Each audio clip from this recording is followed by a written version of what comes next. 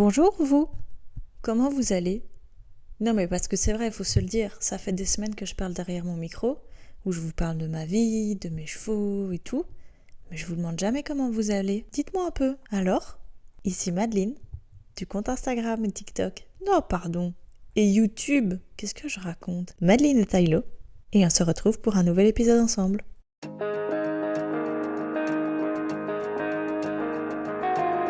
Hello la team Tylo, j'espère que vous allez bien. C'est vrai ça, hein ? Comment vous allez ? Non mais parce que demander une seule fois dans l'intro, ça suffit pas, je vais vous le redemander une deuxième fois ici. J'ai comme l'impression que les épisodes lifestyle vous plaisent de plus en plus et bonne nouvelle pour vous, j'adore les enregistrer, j'adore vous raconter ma vie et même si parfois il ne s'y passe rien d'exceptionnel, j'aime juste vous la partager. J'ai oublié de vous dire une info importante. J'ai créé un nouveau compte Instagram, plus lifestyle. J'ai bien compris que les gens qui suivaient Madeleine et Tylo étaient principalement là pour l'équestre. Et bien sûr, il y a aussi des gens qui écoutent plus pour le lifestyle, ce qui fait que j'ai scindé les deux. Alors, rendez-vous sur Madeleine Allogart, c'est parti, let's go. Plus de lifestyle, Madeleine Allogart, plus de poney, Madeleine et Tylo. Bon, si on rentrait dans le vif du sujet, vous ne croyez pas ? Je vais bien. Et vous savez pourquoi je vais bien ? Parce que déjà, Tarzan est rentré à la maison.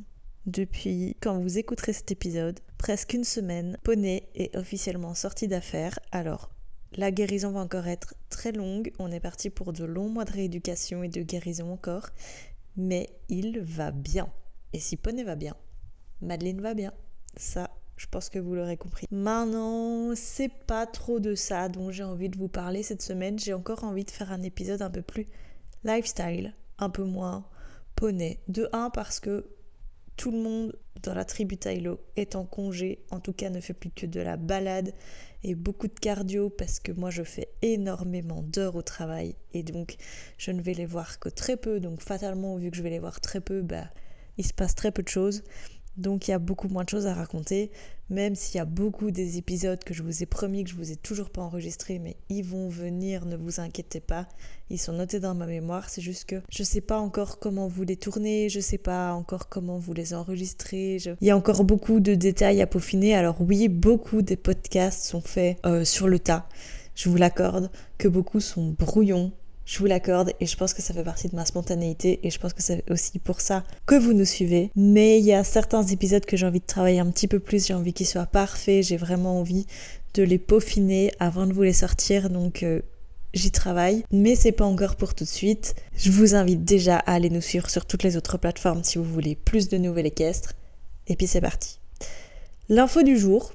Et j'en ai encore très peu parlé, et volontairement, parce que je voulais être sûre de ma décision, avant d'en parler, que ce soit à mes amis, à ma famille, à vous aussi, parce que vous faites partie de ma communauté, et donc un peu de ma famille, puisqu'on crée ça ensemble, on crée la team Coach Tylo ensemble, la team Tylo, hein, bien évidemment. Mais au-delà de ça, vous le savez, je ne vis pas de mes réseaux sociaux et donc je ne vis pas de la team Tylo. Ce qui fait que ça fait 4 ans maintenant que je travaille dans la vente et j'en ai marre. Vraiment, j'en ai marre. J'arrive à un stade en fait où mon taux de sociabilisation, si je puis dire comme ça, j'ai l'impression de parler de moi comme si j'étais un chien, mais en gros mon taux de sociabilité a atteint son maximum. Mon taux de fatigue mentale a atteint son maximum concernant ce sujet-là, c'est-à-dire la vente. Alors, je vais pas prendre mon employeur en grappe parce que c'est vraiment un bon employeur. Pour ceux qui ne le savent pas, je travaille pour la team Maxiso Freshnap et vraiment, c'est une chouette team. Je veux dire, c'est vraiment un employeur qui fait beaucoup pour ses employés et à ce niveau-là, j'ai vraiment rien à dire, mais c'est plutôt le métier de la vente dont je sature. Il faut savoir que moi, plus jeune, je rêvais d'être styliste. J'ai très vite abandonné l'idée de 1 parce que c'est des études hyper onéreuses et de 2 parce que, on va pas se mentir, j'avais clairement pas le talent. Donc, j'ai quand même eu l'opportunité de faire une école d'art grâce à mes parents qui m'a très vite redirigée vers un autre domaine artistique qui m'a tout de suite énormément plu et pour lequel j'ai eu tout de suite une affinité qui est le graphisme, la publicité, l'imprimerie et le marketing. Donc vraiment, ça englobe tout. Donc on faisait de la photo, on faisait de l'imprimerie, j'ai vraiment touché à tout, à l'offset, à la sérigraphie, à la pub. J'ai vraiment touché à tout, développer une campagne marketing, vraiment tout. Malheureusement pas le marketing digital parce que quand j'étais aux études, il y a bientôt 10 ans en fait, on ne parlait pas encore de campagne digitale comme maintenant en 2023, mais j'apprends un peu sur le tas avec les réseaux sociaux, etc. Même si je suis encore très loin des capacités de certaines personnes. J'apprends vite et c'est ma force, donc Il faut savoir qu'après cette école d'art, donc quand j'ai fait mes études secondaires, donc c'est-à-dire le lycée, si je dis pas de bêtises, pour les Français, j'ai eu mon CESS, donc l'équivalent du bac en France, et il faut savoir que j'avais possibilité d'aller travailler directement là-dedans. J'avais des employeurs, en fait, qui, avant même que j'ai mon diplôme en main, me proposaient du travail. Mais j'ai fait des études, j'ai continué mes études, et on va pas se mentir, ça s'est pas vraiment passé aussi bien que ce que je l'espérais, que ce que ma famille l'espérait, je pense aussi. Et donc, il fait que j'ai été 3 ans dans une première école où la première année s'est super bien passée, je me suis amusée de fou. La deuxième année, c'est vraiment très mal passé. La première, deuxième année, du moins, c'est vraiment très mal passé. Il faut savoir qu'en Belgique, c'est une des écoles les moins bien réputées en termes de pédagogie, en fait. C'est une école très bien réputée au niveau de l'apprentissage. Je veux dire, ce sont des gens compétents qui nous forment, mais au niveau pédagogie, ils sont nulle part. Et donc, c'est vraiment... excusez-moi l'expression, mais marche ou crève, en fait. Donc, ils m'ont fait doubler mon bac 2. Et là, même si sur le moment, j'ai été très frustrée, cette deuxième année dans cette école, enfin cette troisième année du coup, m'a été très bénéfique de 1 parce que j'ai rencontré des gens extraordinaires qui sont toujours dans ma vie à l'heure actuelle, et de 2 en fait ça m'a appris à approfondir certaines choses et ne pas rester dans ma zone de confort.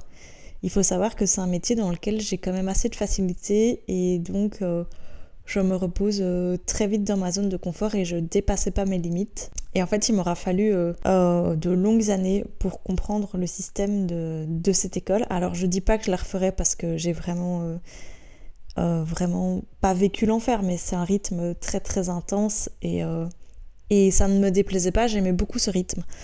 Mais il faut s'accrocher. Et c'était très compliqué. Et vous savez, malheureusement, quand on a 19 ans, on n'a pas vraiment la tête à ça. T'as plus envie de faire la fête, sortir avec les copains, les copines, etc. Et c'est ce qui s'est passé. Et il faut savoir aussi que entre mon bac 1 et mon bac 2, il y a eu le décès de mon papa. Et donc, fatalement, ça fait un peu vriller. Ça fait un peu vriller, en fait, tout simplement. Donc, j'ai tenu bon. Mais ça n'a pas fonctionné. À la fin de mon... deuxième bac 2, du coup, donc de ma 3e année dans cette école, ils voulaient me faire tripler, or que mes notes ont été exemplaires toute l'année. Pas un seul échec, j'ai séché 0 cours, alors que franchement, je suis désolée maman, mais j'adorais sécher les cours. J'ai vraiment été exemplaire, je me suis entourée des bonnes personnes, j'ai pas fait la fête de manière abusive, j'ai vraiment été très responsable sur cette année-là, et d'ailleurs, il faut savoir qu'à la fin de cette deuxième bac 2, personne n'a compris pourquoi ils voulaient me faire tripler. Et en fait, on a voulu faire un recours, mais il faut savoir que dans cette école-là, comme dans beaucoup d'écoles d'art, en fait, parce que c'est un monde tellement fermé et élitiste que, voilà, ça marche comme ça marche au pognon. Tout le monde nous a dit ça sert à rien de faire un recours parce que de toute façon, vous aurez jamais gain de cause. Vous n'êtes pas partenaire dans l'école, donc en fait, vous avez perdu le défi, quoi. Je voulais tout arrêter, pour être honnête avec vous, et je voulais partir travailler, mais on m'a dit lâche pas, t'as encore des choses à apprendre, et donc en fait j'ai fait une demande de passerelle, parce qu'il faut savoir qu'en Belgique c'est un système de crédit, d'accumulation de points, etc. Ça, c'est un système scolaire assez compliqué, et du coup j'ai réussi ma passerelle et j'ai fait l'examen d'entrée pour l'école Saint-Luc à Liège, et je l'ai réussi brillamment d'ailleurs. Donc je suis arrivée en 2e publicité pour le coup, parce qu'il faut savoir que à Saint-Luc, la publicité, non, pardon, l'infographie marketing, c'est en master et je vous avoue que après avoir déjà fait entre guillemets perdu 3 ans de ma vie, du coup dans cette première école, j'avais perdu toute ma motivation pour les études et du coup je me voyais pas faire un master, c'était encore au minimum 4 ans d'études et je me voyais faire autre chose. En fait, j'étais complètement démotivée. Donc j'ai fait 5 mois je crois dans cette école et pour être honnête avec vous, je m'ennuyais. Je m'ennuyais parce que juste le monde de la pub sans le reste, ça m'intéresse pas. Juste être derrière mon ordinateur et créer, ça m'intéresse pas. Moi, je veux aller sur les événements, je veux voir mes clients, je veux voir des sourires sur le visage, je veux co-créer avec eux, vous voyez. Je veux pas juste pondre un slogan, ça m'intéresse pas. Et donc je m'ennuyais, de un par le rythme et de un parce que c'était nul. Je trouvais ça nul. Ok.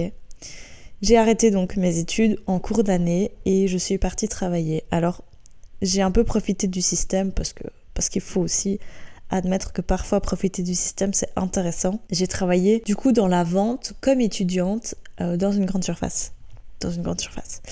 Après ça, en fait, je me promenais simplement dans un centre commercial et on voit sur une vitrine avec mon chéri de l'époque une offre d'emploi. Une offre d'emploi, on sait que c'est un pop-up, c'est un magasin pour le thème de Noël, donc on sait que c'est temporaire, mais ça me permet de voir si ça me plaît ou pas.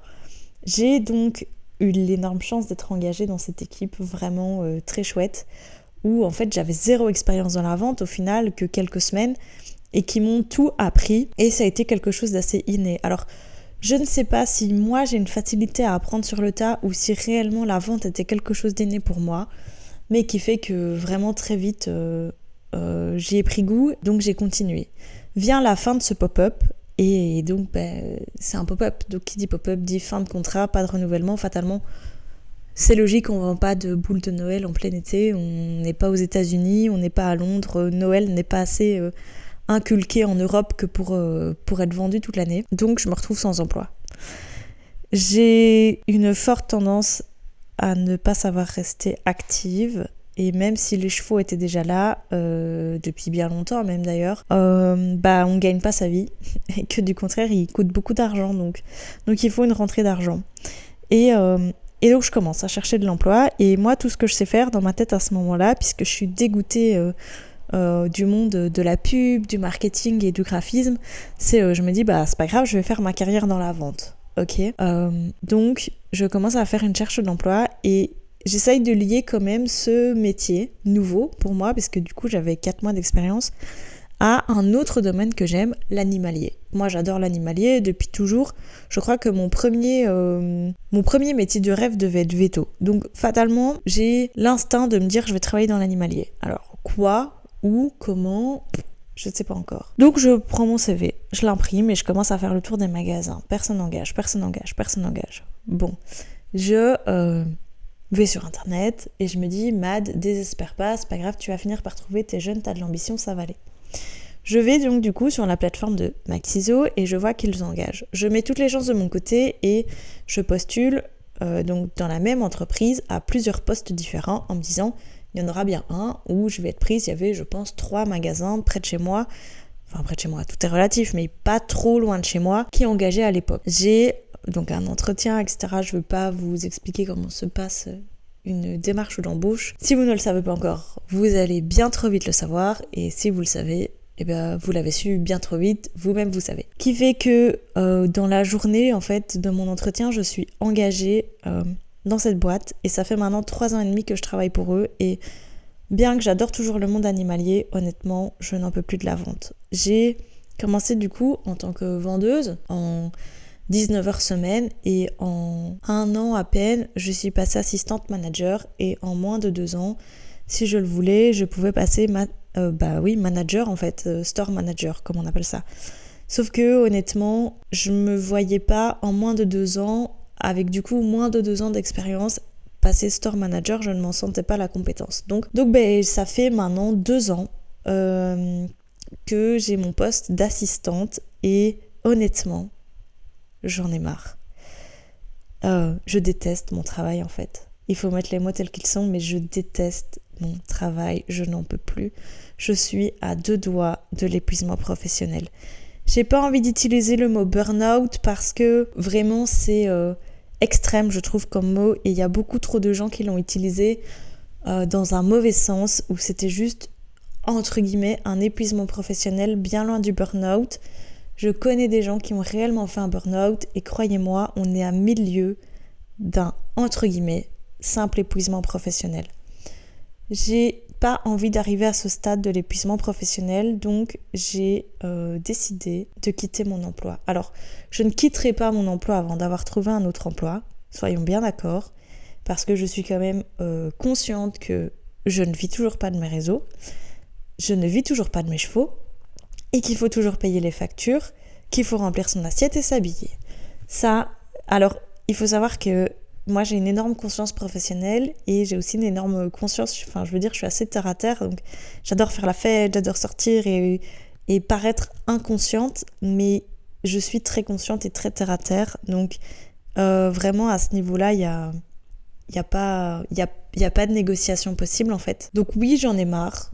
Oui, je déteste mon boulot et oui, je n'ai plus du tout envie de me lever le matin pour aller travailler. Ça ne me dérange pas de me lever à 5h du matin pour aller voir mes chevaux, mais me lever à 7h du matin et rentrer tous les jours à 19h chez moi pour aller travailler, avoir des gens insupportables qui me crachent à la figure, avoir des gens qui me maltraitent, qui me manquent de respect, alors que moi je bosse dur, je bosse des 40 heures semaine passée, pour leur faire un magasin picobello, pour me dire oui mais mon vétérinaire m'a dit ça, oui mais ton vétérinaire il est pas nutritionniste, moi je le suis, viens pas chez moi. Alors vous voyez ce que je veux dire, vous allez pas être mon défouloir, pas du tout, c'est pas du tout l'optique, c'est juste que je suis jeune en fait, et j'ai pas envie de me dire je vais faire toute ma carrière dans un boulot que je déteste.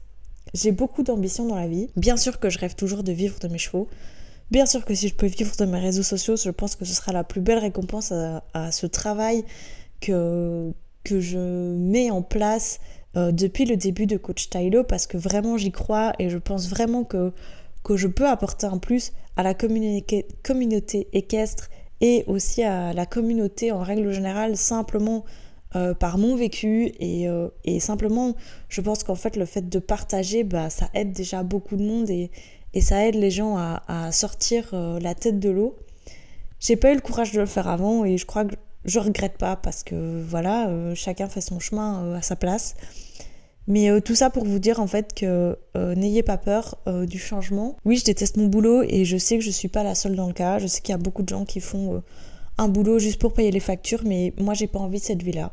J'ai envie de me dire que j'ai vécu ma vie et que je suis fière de ma vie et que je fais un boulot que je kiffe et qui me donne de l'adrénaline, et sauf que là, j'ai plus cette adrénaline. Et à partir de ce moment-là, je sais que ça va plus fonctionner. Pour l'histoire et pour l'anecdote, il y a 1 an, je tenais exactement le même discours et tout le monde m'a dit dans mon entourage, c'est qu'une phase, tu verras, ça va passer. Et en fait, pour l'anecdote 2.0 de la première anecdote, du coup, je voulais vivre des chevaux et je me suis dit j'arrête tout et je pars vivre des chevaux.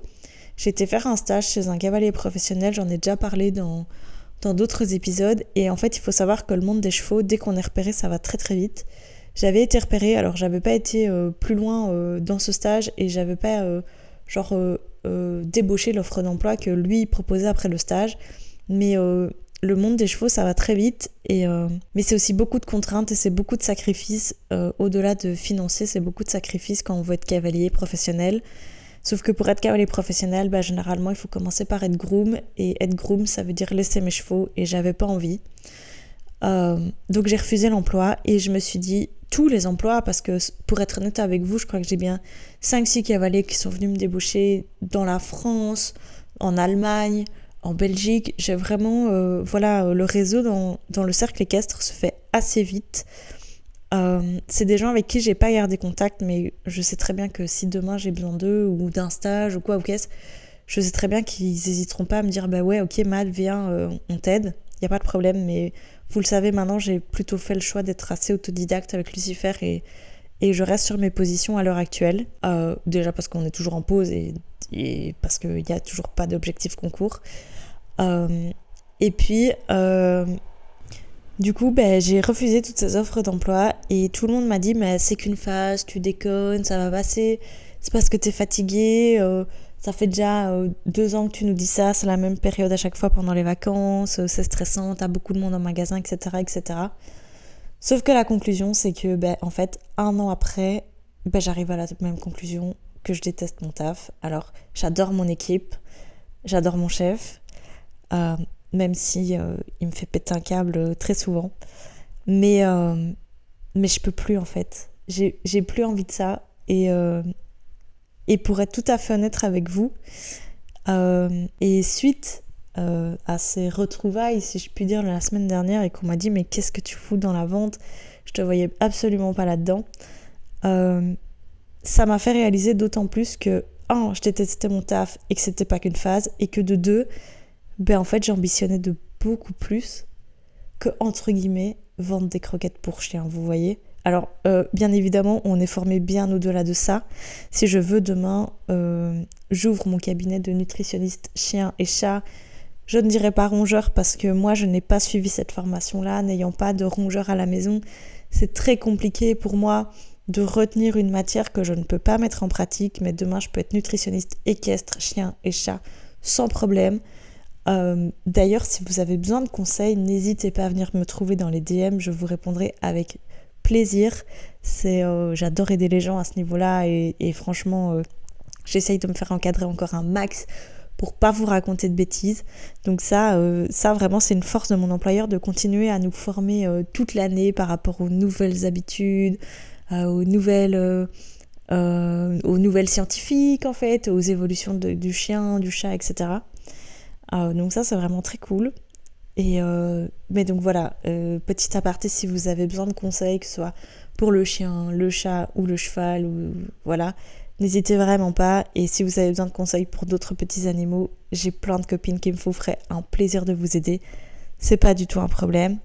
Mais tout ça pour dire en fait que le monde du marketing et de la pub et de l'infographie en fait en règle générale me manque énormément. Et comment je m'en suis rendu compte ?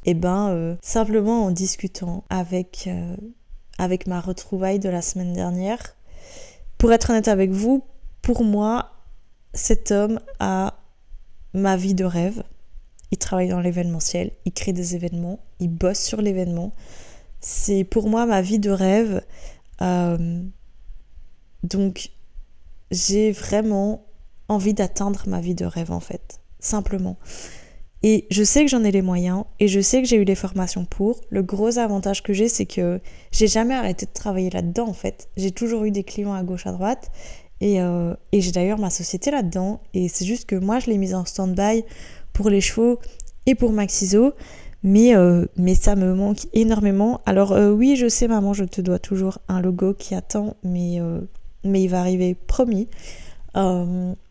Je ne l'ai pas oublié, ne t'inquiète pas, je travaille dessus pour te fournir une qualité. J'adore ça et j'adore vous partager des choses pour ma vie, mais j'ai aussi envie de faire vibrer des marques, j'ai envie de faire vibrer des clients en me disant ça c'est moi qui l'ai créé pour eux. J'ai envie de retrouver cette adrénaline et cette fierté que j'avais quand j'étais en stage chez mes employeurs et qui me disaient « Waouh Mad, bon travail !» Donc oui, je déteste mon taf et oui, j'ambitionne mieux et je sais que je vais y arriver. Alors, si vous êtes dans mon cas, enfin comme dans mon cas, plutôt j'ai envie de dire, foncez, mais foncez pas trop tête baissée. Ne quittez pas tout et ne vous retrouvez pas sans rien du jour au lendemain. Réfléchissez, voir si c'est réellement qu'une phase, et parce que peut-être il y a un an, pour moi, c'était qu'une phase. Et peut-être que j'étais juste pas prête, en fait, à passer tous ces caps que je passe depuis des semaines avec vous à travers Coach Chilo. Mais voilà, je suis fatiguée et je suis arrivée au bout de mes forces, en tout cas de mon état mental concernant mon travail. Alors juste mon travail dans la vente, je vous rassure, j'adore toujours animer mes réseaux sociaux et j'adore toujours tout vous partager, parce que d'ailleurs sinon je le ferai pas à travers ce podcast. J'adore vous filmer des vidéos YouTube, même si ça me prend énormément de temps. Je sais qu'on va finir par percer et je sais qu'on va finir par y arriver. Parce que mes poneys ont des têtes trop mignonnes et je sais que c'est du contenu qui vous plaît. C'est juste que c'est difficile de se faire une place dans un monde déjà très fermé et très prisé. Mais on va y arriver, j'en doute pas. Et vous savez pourquoi j'en doute pas? Parce que ça fait à peine 16 semaines que Coach Tylo est en ligne, que mon compte Instagram n'est pas encore au terme d'un influenceur, mais que vous êtes de plus en plus à nous y suivre, que vous êtes de plus en plus à nous donner des retours, et je trouve ça incroyable. J'adore avoir vos retours. Bon, pour l'instant, j'avoue, ils sont tous positifs, donc c'est incroyable. Mais même s'ils étaient négatifs, je trouverais ça incroyable. En fait, vous savez pourquoi? Mais juste pour le fait que vous nous écoutez, enfin que vous m'écoutez. Et juste pour ça, en fait, merci. Merci de me donner la force de me dire je vais y arriver et je vais vivre de mes rêves. Alors je pense que j'avais besoin de ce break et de ce changement d'idée parce que clairement j'ai saturé du monde de la création, mais je me sens plus prête que jamais à y retourner, à me battre comme une guerrière pour vivre ces émotions. Et même si ce sera probablement une vie un peu plus sédentaire que ce que j'ai maintenant, j'ai envie de la vivre et j'ai envie de vous emmener avec moi dans ce changement, dans cette évolution. Alors peut-être qu'il y aura aussi des vidéos YouTube un petit peu plus lifestyle du coup, et je sais que vous allez kiffer ce contenu tout autant que l'équestre. Alors merci à vous et on se retrouve la semaine prochaine pour un nouvel épisode ensemble. Bisous.